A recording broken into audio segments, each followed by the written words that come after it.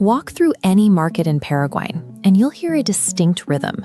People order their coffee in Spanish, joke with the vendor in an indigenous language, and answer their phones in a seamless blend of both. This map shows indigenous language penetration across South America.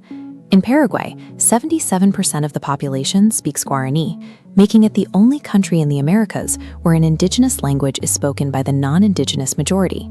Historically, European colonization operated by erasing native tongues. Across the rest of the continent, indigenous languages were rapidly swallowed up and replaced entirely by Spanish and Portuguese. Yet Paraguay remains an isolated linguistic anomaly. To figure out how Guaraní survived the colonial era intact, we have to examine a 19th century crisis that nearly wiped Paraguay off the map. Between 1864 and 1870, Paraguay found itself locked in the War of the Triple Alliance. The nation fought a devastating, simultaneous war against the combined forces of Argentina, Brazil, and Uruguay. This chart shows the demographic collapse that followed.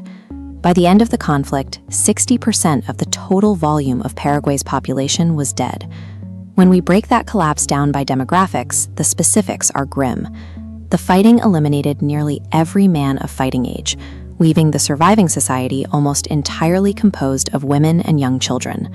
With the male population decimated and invading armies occupying their land, the country faced physical and cultural erasure.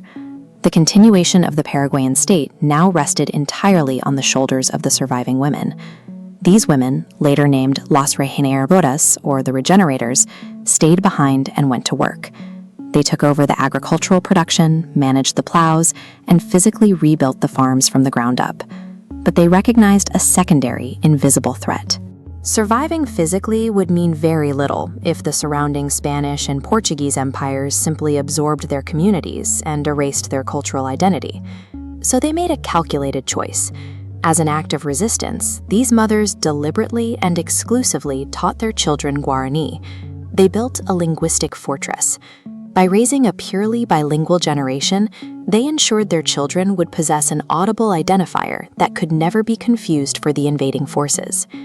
This strategy of cultural preservation extended beyond the spoken word. The women engineered their national identity directly into the physical objects and daily routines of their homes. Take nyanduti, a word that translates to spider's web.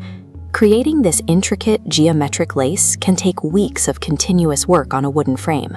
It is a highly specific craft, taught strictly by grandmothers, passing the technique down to their granddaughters. Then there is tereré, an infusion of cold yerba mate. The ritual has strict rules.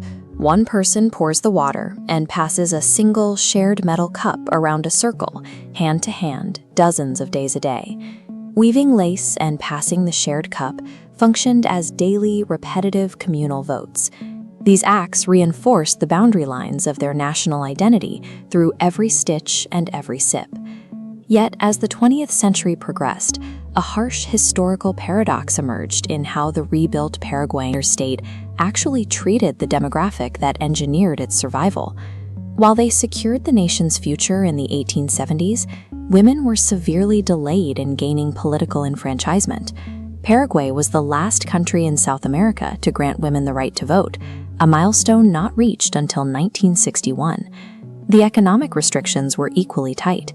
Until a series of reforms in 1992, a married woman in Paraguay could not legally hold a job or sell her own property without securing explicit permission from her husband. Eventually, the state turned its attention to the cultural fortress itself. During the military dictatorship of Alfredo Stroessner, the government officially banned Guaraní in schools, labeling the native language uncultured. The political establishment systematically attempted to suppress both the female architects of Paraguay's identity and the specific linguistic weapon they had built. Faced with a national ban, the language simply retreated to the safety of the domestic sphere. Women kept Guaraní alive behind closed doors, speaking it in their kitchens and singing it in their folk songs. Today, that cultural defense is the national reality. Guaraní is a co-official language alongside Spanish, and it serves as the very name of the national currency. Paraguay survives today because its women understood that true national endurance requires weaponizing culture. They saved the nation's soul by ensuring its voice could never be silenced.